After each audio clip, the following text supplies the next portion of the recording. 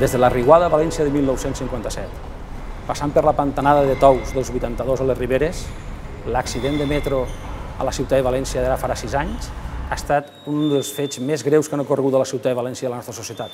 No és possible el silenci institucional i el fet que no hi hagi responsabilitats de ningú.